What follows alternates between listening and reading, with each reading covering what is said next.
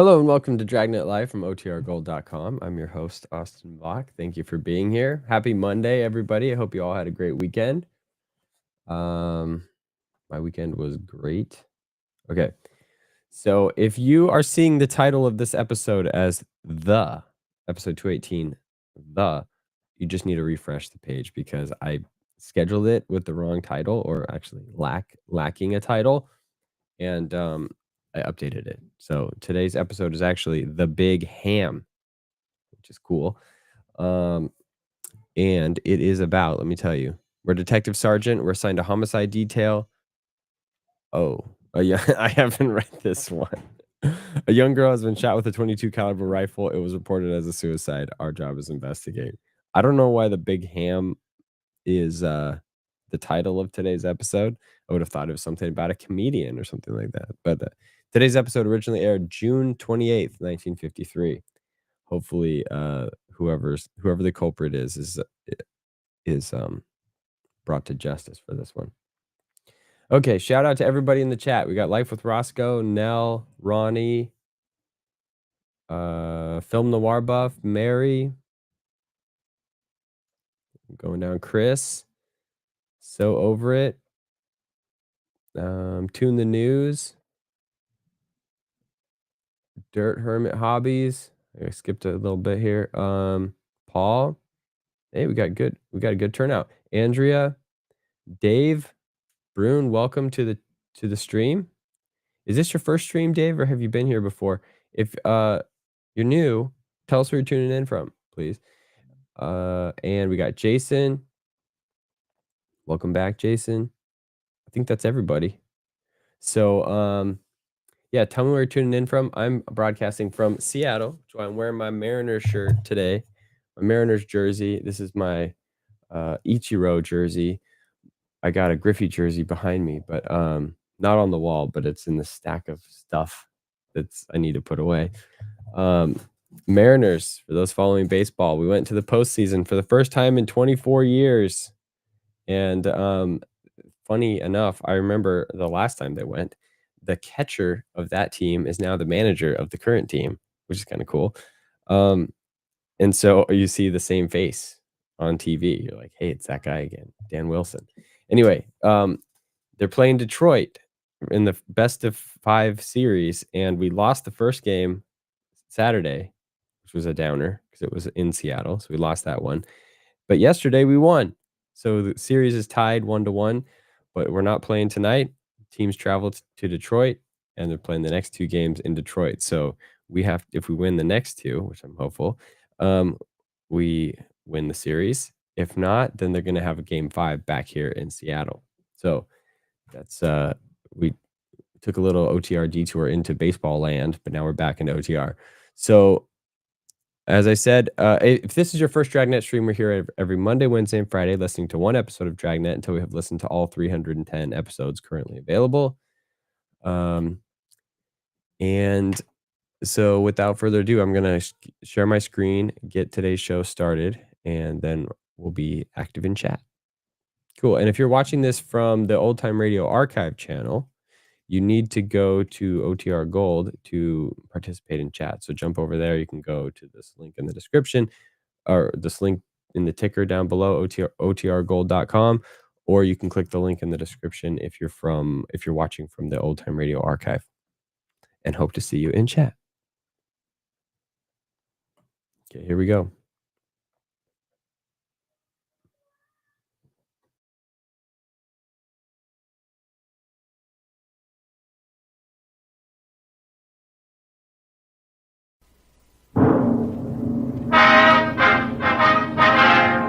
Sound off for Chesterfield.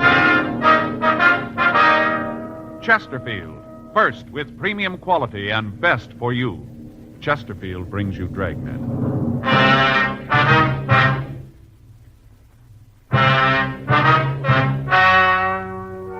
Ladies and gentlemen, the story you are about to hear is true. The names have been changed to protect the innocent.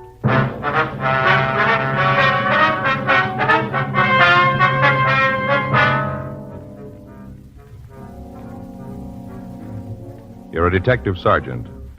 You're assigned to Homicide Detail. A young girl has been shot with a .22 caliber rifle. It was reported as suicide. Your job, investigate. Here is Chesterfield's record with smokers, and important to you. No adverse effects to the nose, throat, and sinuses from smoking Chesterfield.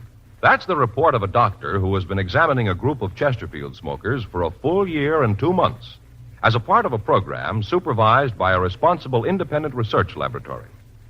Don't you want to try a cigarette with a record like this? Chesterfield. First with premium quality. Chesterfield. First choice of young America. And that's from a survey made in 274 colleges and universities. Try Chesterfields today. Chesterfield, regular or king size. They're much milder and best for you.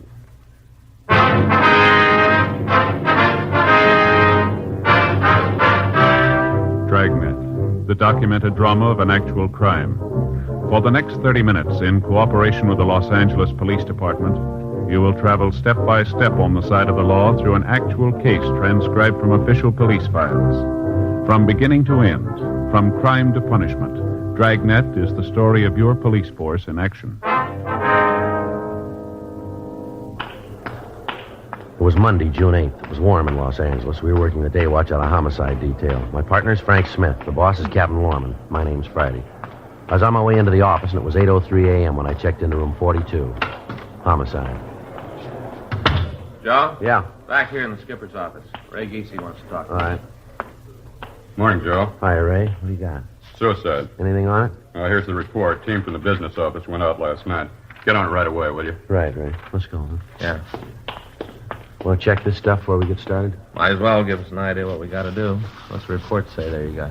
Well, let's see. According to this, business office got a call at 2:30 this morning. Landlady out in the Westlake Park district called in and said that this young girl had committed suicide. They get an ID on her? No, they got her listed as Jane Doe, number 17. There's a description here. Better check it with missing persons, huh? Uh-huh. How'd the landlady happen to find the body? Well, according to the report, she heard the water running in the apartment, finally went up to see what it was. She knocked on the door, nobody answered. She opened it and went in, found the body. Well, the girl didn't live in the apartment then. No, place is rented to a Ross Mitchell. Anything on him? No, says he wasn't home.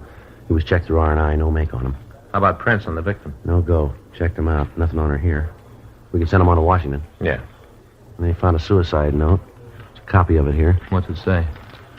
Ross, I've tried to make you understand. Nothing seems to do any good. I've told you that I won't stand in the way of your career, but you don't want to try to make a go of it. I know this doesn't solve anything. It's the only way I can think of. Any signature? No. The report says that the original copy's over at the crime lab for processing. Well, I guess we better start with the landlady, huh? It's the best lead we got. Galindo and Bates are out there now. Place was staked right away. Friday, you want to talk too? Right, thanks, Ray. It's Friday talking. Yeah. Uh-huh. No, we just got it. Was that right? Okay, Max. No, have him wait there, will you? No, we'll be right over. All right, thank you. Well, it's a little break. Max over at the coroner's office says they know who the girl is. Yeah? Her father just identified the body.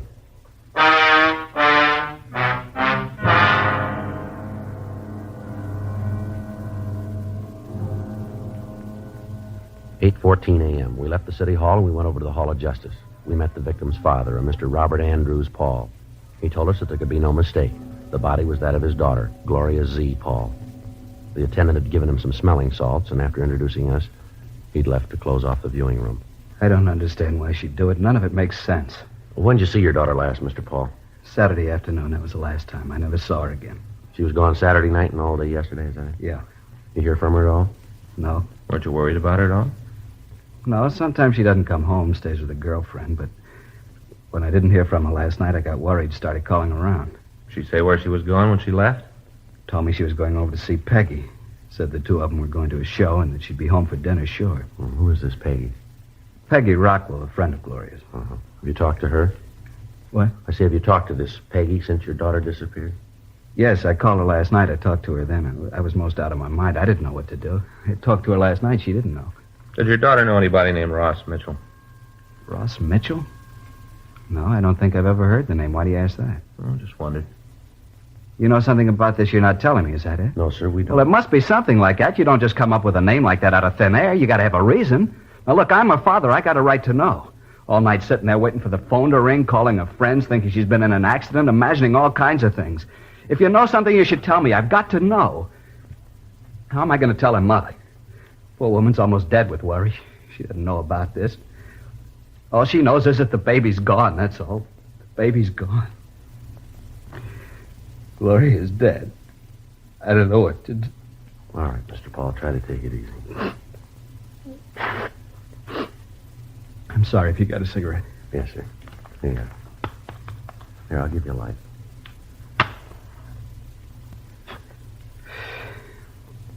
I'm sorry about that. It's all right, sir. We understand. Now, do you think you can give us an address where we can talk to this Peggy Rockwell? Yeah, she works a restaurant over on 7th. I've got a home address, too, if you want it. Yes, sir. We hope you'll understand this, Mr. Paul. We don't mean any offense here. What's that? Did your daughter have any steady boyfriends that you know about? No, I don't think so. No one that she went with steady. No one man she liked more than the others? I think there was. I don't know who. Her mother asked her about it a couple of times, wanted to know who the fellow was, but Gloria'd never say. Just said that it wasn't serious, it didn't matter. How'd she seem to get along with this man, would you know? All right, I guess. I told you I never saw him. I didn't know who he was. But whenever Gloria had a date with him, she acted like it was something special. Did your daughter have a job? Not regular. She used to model once in a while, and then maybe she'd pick up a day's work in pictures, not much. Mm-hmm. Can you think of any reason why she'd want to take her own life? No. She seemed pretty happy, never gave any indication there was anything wrong. Has she been ill lately under a doctor's care? No, not that I know about. Mr. Paul, is it possible she might have been seeing a doctor and you wouldn't know about it? No, our mother would have known. She'd have told me. Now, I'm pretty sure she was feeling all right. Anything about her job that bothered her? What do you mean? Well, was she happy with what she was doing, the kind of work she was doing? Oh, yeah. Gloria didn't want a career. She was looking for a husband, one to settle down and raise a family. Mm-hmm. Well, can you think of anything at all that might make her want to take her own life, as I asked you before? I can't understand it. None of it makes any sense to me. Where she was found, she didn't know anybody in that part of town. I don't know what she'd be doing over there. Did she drink? I don't think I understand. Well, did she drink much, sir? At bars, cocktail lounges? No, she didn't.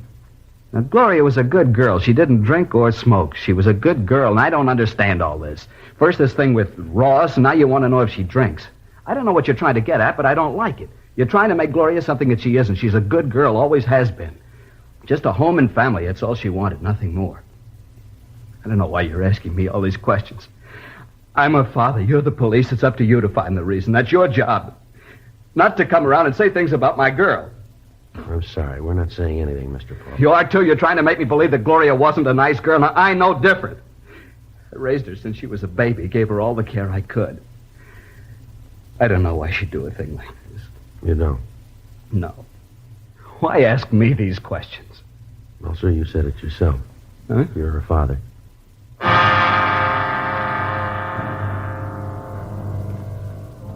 We continued to talk to the father of the victim. From him, we got a list of the girl's friends, the address, and the names of the people that she worked for.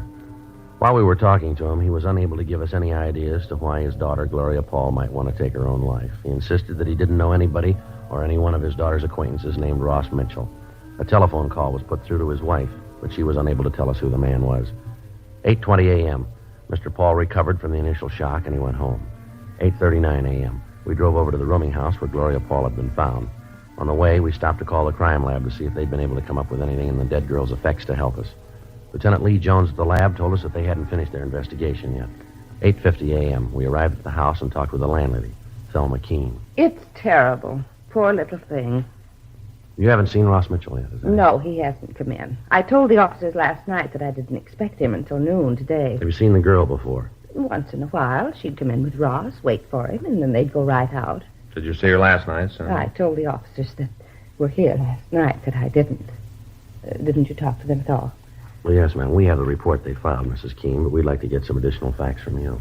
It seems like a waste of time, but I suppose you have to. Yes, ma'am. Do you have any idea when she might have come in? No, not the slightest. When was the last time you saw Mitchell? Saturday around noon, he came in and told me that he'd be out of town over the weekend. Said to me to keep an eye on the place. Yes, ma'am. Did he tell you where he was going? He said he was going to visit an assistant director friend of his over in La Cañada. Did you say what the friend's name was? No, they're working on a picture together. Ross just met him the other day. Asked him out for the weekend.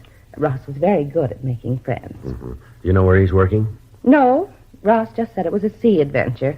Doing it in full color. 3D, too. I guess it's going to be quite a spectacle. They didn't have all the gimmicks in my day. Ma'am? Didn't have 3D or the other things. In my day, we acted. We knew how to act. From the heart.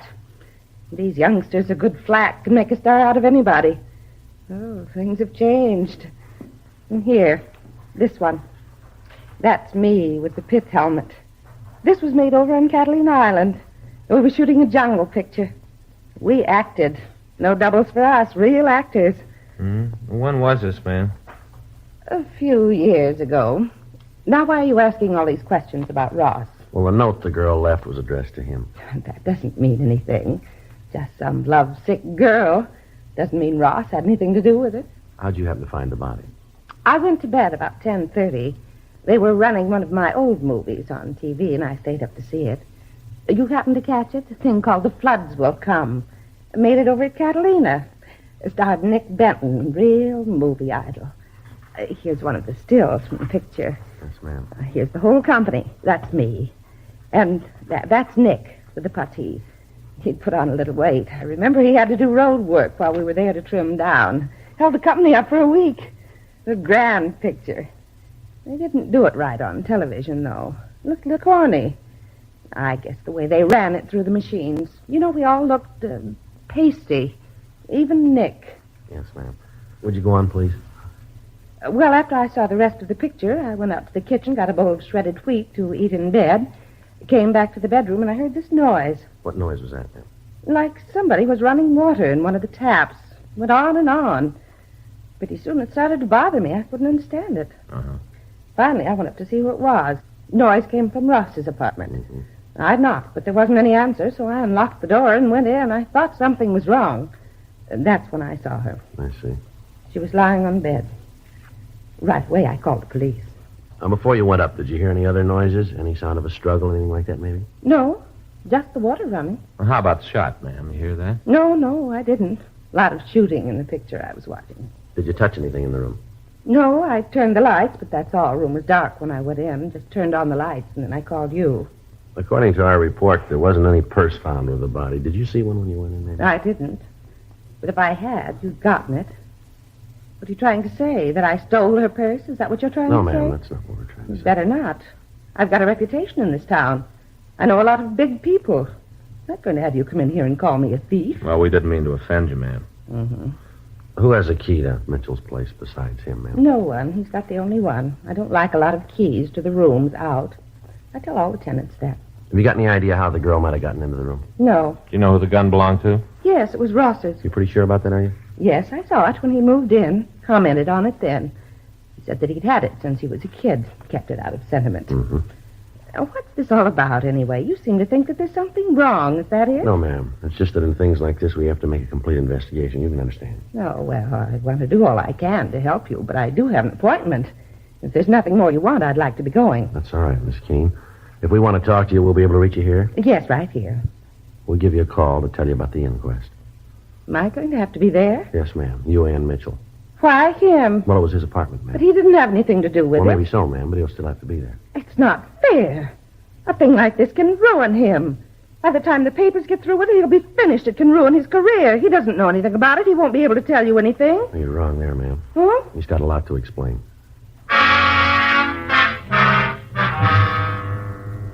We went upstairs and met the officer staked out in the room and looked at the apartment where the girl had been found. 9:20 a.m. We gave our card to Thelma Keene and asked her to call us if she thought of anything else. We also asked her to notify us immediately in the event she heard from Mitchell. The stakeout on the room continued. 9:52 a.m. We drove over to the coffee shop on West 7th Street to talk to the girl's friend, Peggy Rockwell. We found her in the back of the place typing out the day's menus. What about Gloria? Something wrong? When was the last time you saw her, miss? Well, let's see. Saturday night, she stayed at my house. Left about noon on Sunday. I had the day off. Figured that maybe we'd do something, but Gloria said she had something to do. Last I saw her was on Sunday morning. You know a man named Ross Mitchell? That bum. Why do you say that, Miss Rockwell? 'Cause he is. Real no good. You pretty friendly with Miss Paul? Gloria thought so. Turned out he was just using her. Well, how do you mean? Thought at first she could get him some jobs. Turned out when he could do better, he dropped her. They were going to get married, and then he thought he could do better, so he dropped her. Say, do you mind if I go ahead with these menus? The boss will be sore if I don't get through with them. No, you go right ahead, miss. We can talk while I'm doing it. Yes, ma'am. I took a course once, touch typing. Didn't think I'd ever use it. Boy, was I fooled. You go right ahead, miss. Well, this Ross really gave her the rush. Had her take him around, introduce him to her friends. She got him a couple of jobs. She's the one who introduced him to Mike. Mike? Yeah, Mike Cowell, that's Ross's agent. Peggy set it up. She's done just about everything for him. Then the bum acts like this. What do you mean, miss? Treated her so bad. Say, how do you spell croquettes? Well, I think it's Croquettes. O-Q-E-T-T-E-S.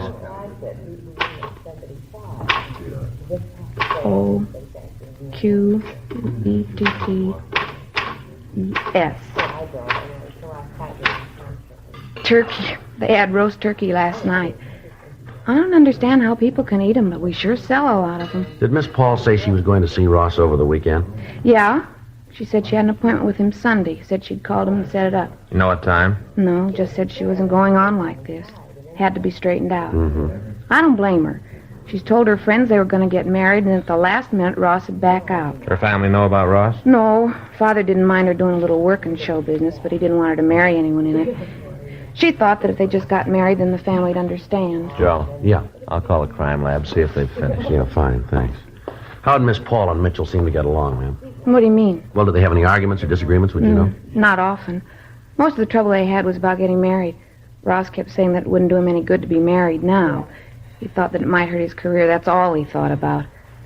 Were you ever present at any of these arguments? Once. We'd gone out on a double date, went to a place down at the beach, had dinner, and then stopped on the way back for a couple of drinks. Uh-huh. Ross got pretty drunk, got into a big thing about his career. Yeah. He went on and on about how hard he'd work, how much the theater meant to him, all that kind of stuff. I see. Finally, he said right out that he'd kill anyone who tried to stop him, just like that. He'd kill anyone who tried to stop him. Joe. Yeah. See you a minute. Would you excuse me, please? Sure. Just a minute. Is there one L or two L's in broccoli? Just one, ma'am. Oh, thanks. Yeah.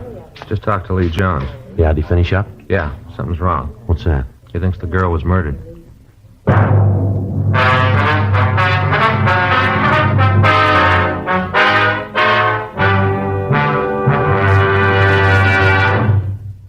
You are listening to Dragnet, the authentic story of your police force in action.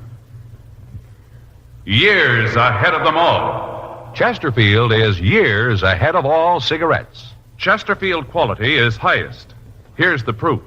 Recent chemical analyses give an index of good quality for the country's 6 leading cigarette brands. The index of good quality table, which is a ratio of high sugar to low nicotine, shows Chesterfield quality highest. Chesterfield quality highest. 15% higher than its nearest competitor. Chesterfield quality highest. 31% higher than the average of the 5 other leading brands. Don't you want to try a cigarette with a record like this? Chesterfield. First with premium quality and best for you. Try Chesterfield today. Regular or king size.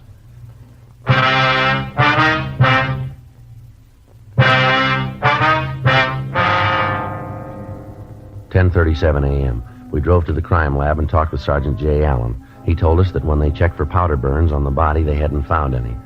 They measured the reach of the dead girl and found that it would have been almost impossible for her to have pulled the trigger on the rifle, leaving the fingerprints they found on the gun. Blotter test failed to show any traces of nitrate powder on her hands. They checked the handwriting on the suicide note found in the room against samples of Gloria Paul's writing and found that they didn't match. From their findings, they said that it was their opinion that the girl had not killed herself, that she'd been murdered.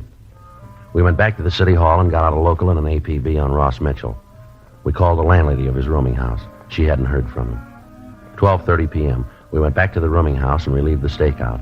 We asked the landlady not to say anything to Mitchell about our being there. 12:45 p.m., still no sign of the suspect. 1 o'clock. 1:30.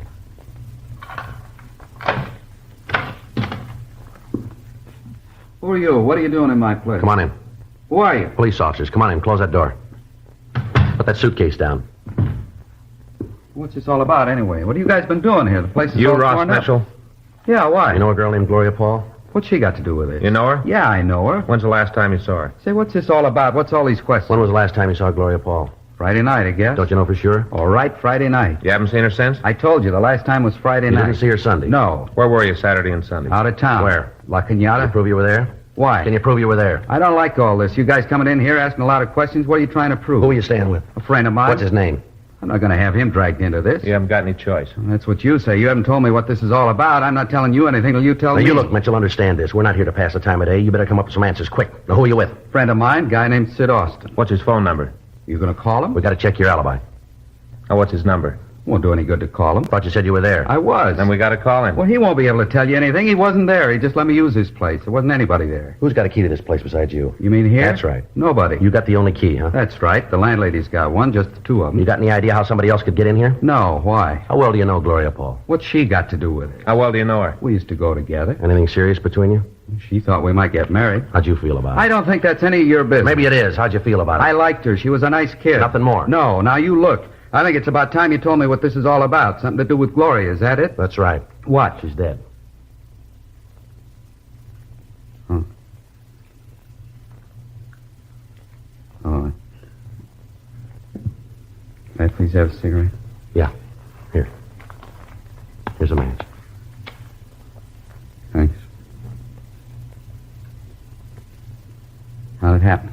Thought maybe you could tell us. Why'd you figure that? Where'd you see her last? Up here? This room? Yeah. When was that? I told you, Friday night. You have any trouble with her? No. No argument? I told you no. Well, how'd it happen? Can't you tell me? You own a .22 rifle? Yeah. You got bullets for it? Yeah, why? Where do you keep it? Closet over there. You keep it loaded? No, the bullets are on the shelf in the closet. All right, come on, Ross. We better go downtown. What I for? want to talk to you. What for? You got to tell me before I have to go. You got to tell me what you're holding me for. Suspicion of murder. Now, come on.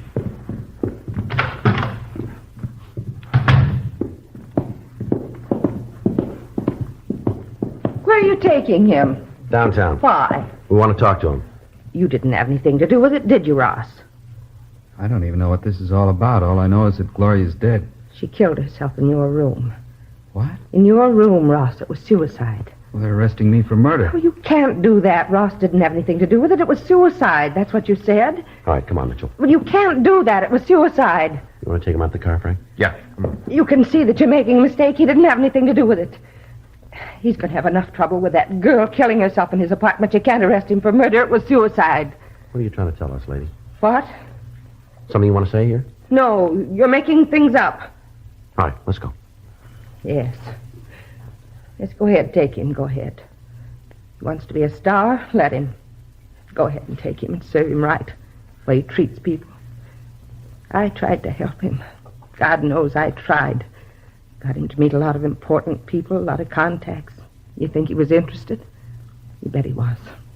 How does he show it? I'll tell you how. He thanks me for all I've done for him by running around, chasing after that young nobody, that Gloria. I tried to reason with her, tried to talk some sense into her. Told her that she couldn't do anything for him. Told her that I could make him a star, bigger than anybody. She said she loved him. She doesn't know how to love. You want to go ahead? Came over here all the time, begging Ross to marry her. I told her to get out of his life and stay out, to leave him alone. He didn't need her. When was all this? Sunday evening, she came here all dressed up. Oh, when they're young, they know everything. I'm one of the biggest stars this town ever had. She's a nobody. I know what's good for that boy. Didn't you tell us you didn't see the girl Sunday, isn't that right? That's what I said. Did you see her Sunday? Yes, I did.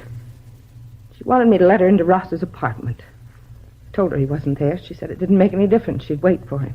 Yeah? I told her to leave him alone. She didn't understand him, didn't know how to take care of him. I know the right people. He could have written his own ticket in this town. He could have been big. You don't want him. I killed her. All right. Do you want to get a coat, ma'am? Yes. Doesn't make any difference. I did it to help him. I thought you'd think it was suicide. I didn't think you'd figure anything else. You wrote the note, did you? I did. That's what you've got to understand. For him, that was all that counted. He'd married her and he'd been through. I had to stop it. I didn't want to kill her. You can see I couldn't let him marry her. Ross is a fine actor. Real talent. Doesn't come along often. All right, lady. Let's go. He'll understand, won't he? He'll know why I did it. He'll understand. I wouldn't know, ma'am. Oh? We'll let you ask him.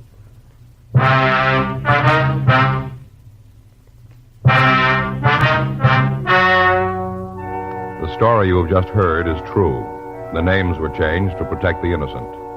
On October 14th, trial was held in Department 89, Superior Court of the State of California, in and for the County of Los Angeles. In a moment, the results of that trial. Now, here is our star, Jack Webb. Thank you, George Fenneman. Friends, Dragnet Radio is taking a summer vacation. We'll be back in the fall. George Fenneman will tell you all about that in a minute. Meanwhile, I hope you'll watch our TV show regularly, and I also hope that all of you who are not Chesterfield smokers will try them.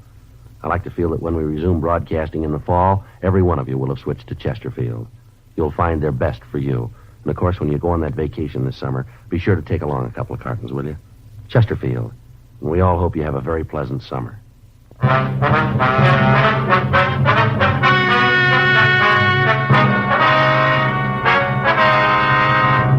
Thelma Alice Keene was tried and convicted of murder in the first degree.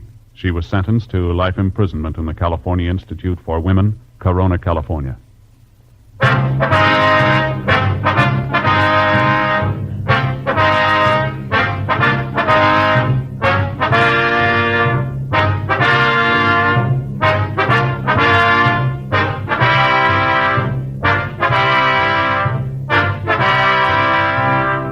You have just heard Dragnet, a series of authentic cases from official files.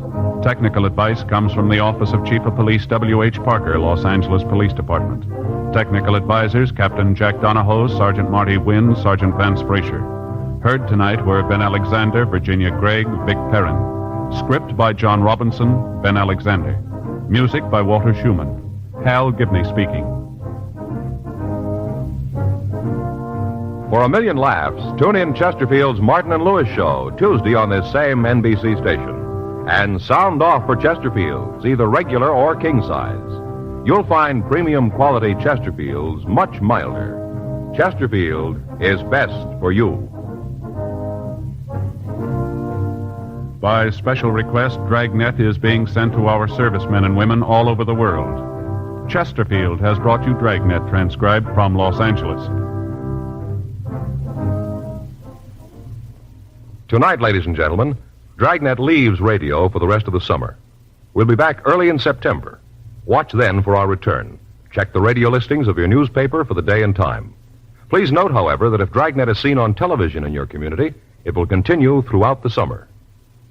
Have you tried new cork-tipped Fatima? It's the smooth smoke. Here's why. New Fatima tips of perfect cork, king size for longer filtering, and Fatima quality for a much better flavor and aroma. Remember, Fatima has the tip for your lips. Try new Fatima. See how smooth it is. Fatima is made by the makers of Chesterfield, Liggett and Myers, one of tobacco's most respected names.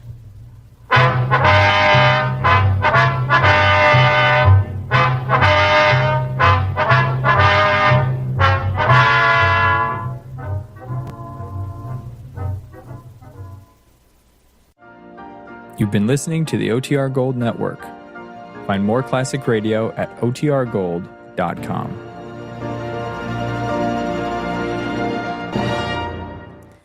All right, I hope you enjoyed that episode. That one kept me guessing. Let me stop this until like the very end. You know, I sometimes take pride in solving things. Like, oh yeah, I solved it, but then it's like 30 seconds before the reveal, and they've dropped so many hints, and they've like, you know, my brain's just processing slightly faster than like the runtime of the program. It's like, oh, wait a second, it's probably that woman after she's like halfway through her confession and obsession over the guy that they've arrested.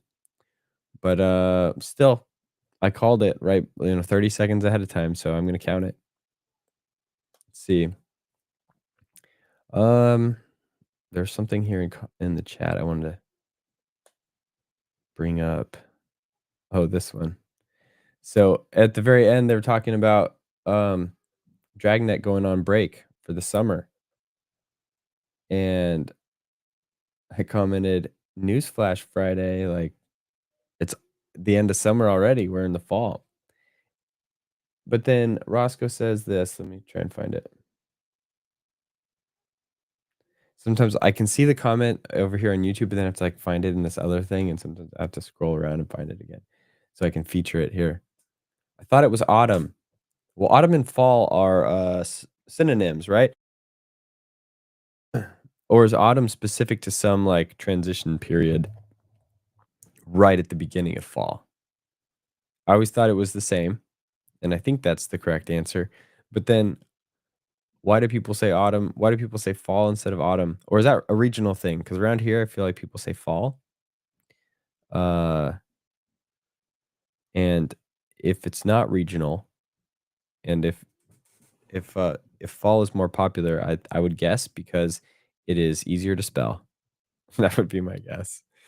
But I'm not a etymologist or whatever the person that studies the origin of words. I think it's etymologist. So I don't know, but yeah, autumn. What it had someone told me to spell it. I mean, as a kid, I wouldn't have ever spelled it that way.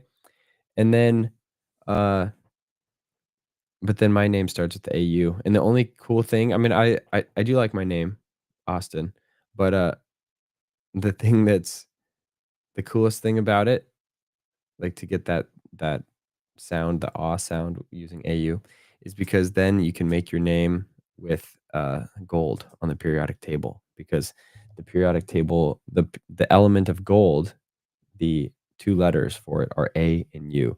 And I haven't actually done a deep dive to know why. Like what original, like how did that element get AU? I'm assuming it's some like Latin or other language that, that's the word for gold and that's where it came from. I don't know. I could be completely off on that. Should probably do a deep dive. But yeah, if you've seen those people try and spell their names using periodic elements, you get to use gold if your name starts with AU. But then some names can actually be formed using periodic elements that will actually combine to make elements. I think mine, to get Austin, it's like you have to use different elements that are never actually found in a single compound in real life, because they're like metals that won't mix or something. I forget, but sadly, Austin isn't a complete element. If your name was just H and an O, if your last name, I know some people that's just H and O. Well, then you have hydrogen and oxygen, and they combine. That'd be kind of cool. Anyway, that's the random thought for the day. If your name, thank you. Hang on. Let's do some fact checking right here. I said etymology. Entomology is the word, I think, or according to Dirt Hermit Hobbies. Thank you for that. Andy also says he thinks fall and autumn are a regional colloquialism. And we're dropping crazy words today. Colloquialism. What's the other thing? Let me see.